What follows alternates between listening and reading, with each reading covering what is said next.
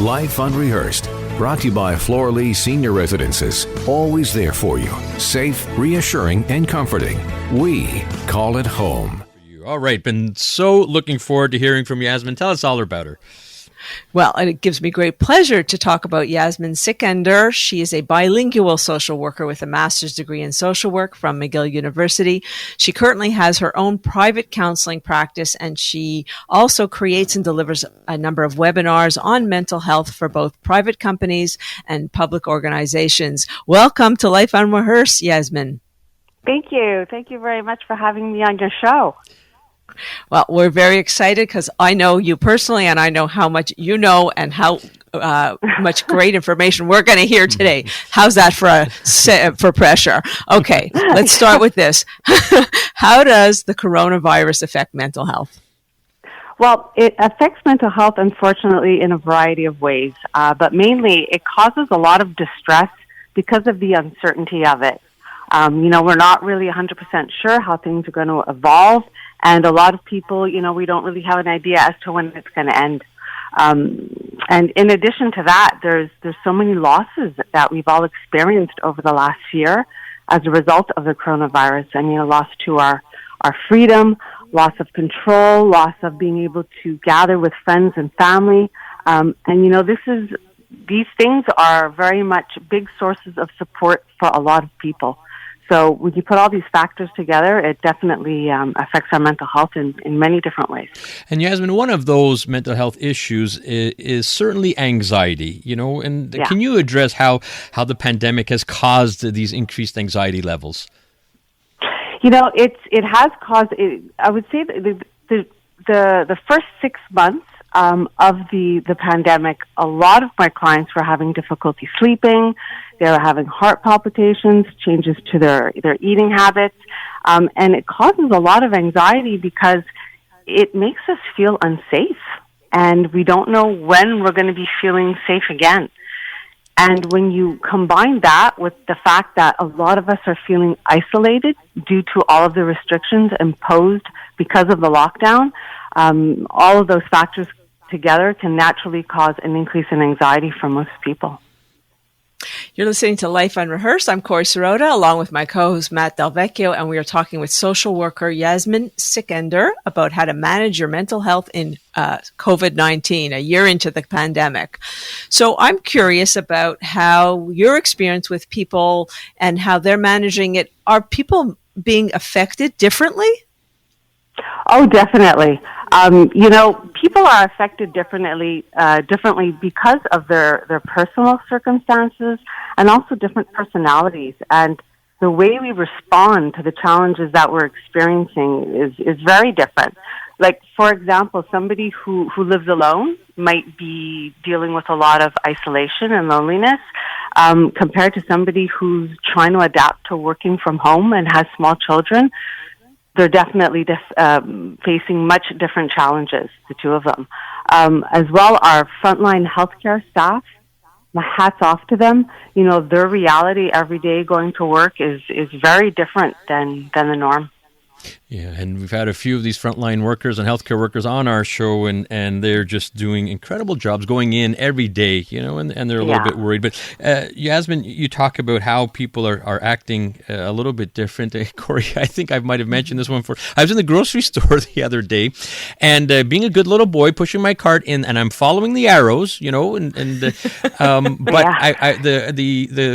it was a pretty narrow area, and this woman looked at me coming her way, and I said, this isn't going to be good. I had to go by her. So she pointed her cart at me and literally followed me the full 180 degrees with her cart kind of blocking me, making sure I wouldn't touch her. And so you talk about, how some people differ a little bit, but on a more serious note, and especially with anxiety, sometimes it's being triggered. We might not have anxiety, and the pandemic has triggered anxiety. However, there are already people that are suffering from anxiety pre-pandemic, and there may have been some mental health issues. And we have just seen that this pandemic, for some of these people, it has just triggered some much bigger anxiety reactions. Are you seeing that? Yes, definitely. It is triggering a lot of bigger anxiety reactions, and how people manage that is very different. Some people are feeling very scared and very vulnerable, and other people it's manifested through anger. And people are they have a lot less patience, especially on the road, having angry outbursts, and it can be flaring up a lot of things. But with that said, it's interesting that a lot of people who live with anxiety and depression, they've also become very self-aware. And because of that, they already have a toolbox of strategies to help manage their symptoms. So for a lot of people who already have experience with these kinds of feelings, they're actually feeling better equipped to adapt to the changes, which I find interesting. Yeah, that's certainly a very interesting piece, and we want to get to that discussion around coping mechanisms and strategies. But I want to stay on this whole feeling around stress and anxiety. Like we said, would you say that the impact of stress levels a year into the pandemic? I know you don't have a crystal ball, but I worry about the mental health of people. Do you think that there's a potential for long-term impact? Unfortunately, I think so. And what I'm seeing right now, and what a lot of people are seeing right now, is fatigue. It's been 1 year. In the beginning of the year, most of us were feeling a lot of fear, a lot of anxiety, a lot of anger due to the lockdown measures, and following that naturally is a certain level of exhaustion. So right now, there's two things at play here. There's pandemic fatigue, and that's a feeling of really being overwhelmed from having to be vigilant on a daily basis about what we can do and what we can't do, and are we putting ourselves at risk? Are we putting other people at risk? And there's also something called crisis fatigue, and that's when a crisis happens, we've all heard of this, right? The fight or flight response. And normally when that happens, it does resolve once the crisis gets resolved.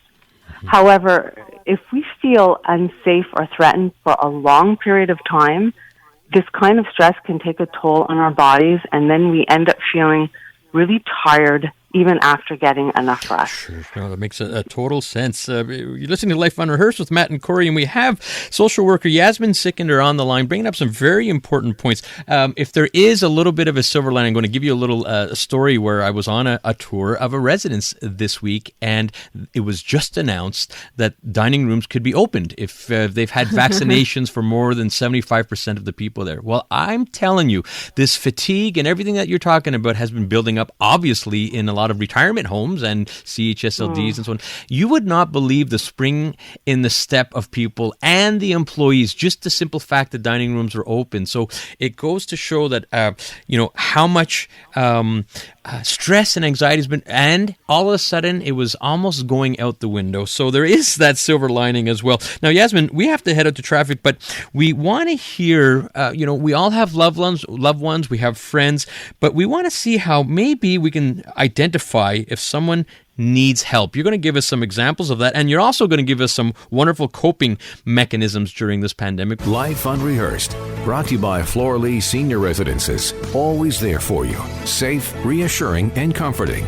We call it home. Yasmine, how can we identify if someone we know or we think someone needs help? What would some of the typical signs be? Well, some of the typical signs would be if, it's normal that we all have good days and we all have bad days. But if you or someone that's close to you, you're noticing that there's a lot of emotional outbursts, that can be an indicator that somebody should maybe be reaching out for help, as well as difficulty concentrating and making decisions to the point where it's really negatively impacting their work or their personal life. Ruminating thoughts. This is something I hear a lot from my clients. They have so much difficulty sleeping at night. They say that their minds just don't stop. Their mind is racing constantly. And also, if somebody feels that there's a lack of hope, just a general lack of hope that there's going to be better days to come. These can be indicators, as well as, the more obvious ones, a big increase in substance use or any kind of self-harm behaviors. Mm-hmm. Yeah, I mean, those are signs, and we're going to be talking about some of these coping mechanisms too to deal with these. But also, what you're explaining is some red flags for to be on the lookout for loved ones and family members. I want to address the fact that it's been interesting, as a collective people, how people are responding to the pandemic from the past or in the original stages to today. There is quite a bit of a contrast, isn't there? Yeah. Oh, definitely. In the beginning, like we were saying, there was a lot of fear and anxiety. We didn't know much about the virus, and most of us assumed that, this really wasn't going to go on for more than a couple of months, right? Mm-hmm. And then the longer it went on, the more knowledgeable we became about the virus. And then there was a lot of controversy about the public health guidelines. And most of us were feeling quite confused about the rules because they were changing so much. And now we're sorry? No, go ahead. Oh, okay. And now I think people are just, to be honest, people are just really fed up, right? Yeah. They're tired. The vaccine rollout's not happening quick enough. And people are feeling, they're unmotivated and they're feeling tired. Absolutely. So let's get to the now what factor. What are some of the coping mechanisms? And if you can give us as many as possible, we'll take them all, please. There's many. There's definitely many. But the main ones I find that seem to actually, they help me and I find that they're helping a lot of my clients is really reducing time on social media and the news. And that can be really tough to do, right? But I think it's important to be up to date as to what's going on, but we don't need to hear 3-4 times a day that there's a spike in one of the variants. Hearing that once a day is enough. When we hear negative news repeatedly like that throughout the day, it can have more of an impact on our emotional health than we actually realize. It's interesting you say that. I read the Gazette every morning, and I find myself doing that. It's just one negative article after the other, and I just turn it, move it to the next section. I think that's a very good idea. What other coping mechanisms would you recommend? Well, for people who are working from home, a lot of people like working from home, but for a lot of people, it's really difficult and it's not working for them.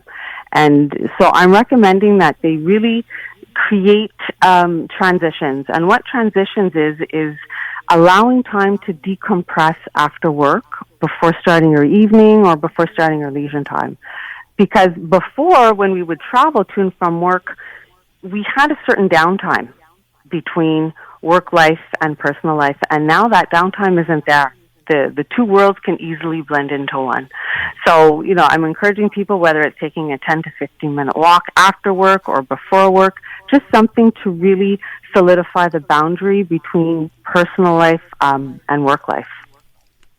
Yeah, I think some great ideas there, and I know we're running out of time. I know you got a couple more, but I think Yasmine, and we're talking to Yasmine Sikender, social worker, who's really helping us out with these mental health issues that do not want to go away. And someone argue they're increasing as the pandemic sort of we get closer and closer. So, Yasmine, if you could point us and listeners in the right direction as to where can we go to find some support. Well, I would say you start with your employer. See if they have an EAP program, because a lot of companies have really good free services for people. People can also go to Psychology Today, which is an online site that has a whole directory of counselors and therapists that work in private practice.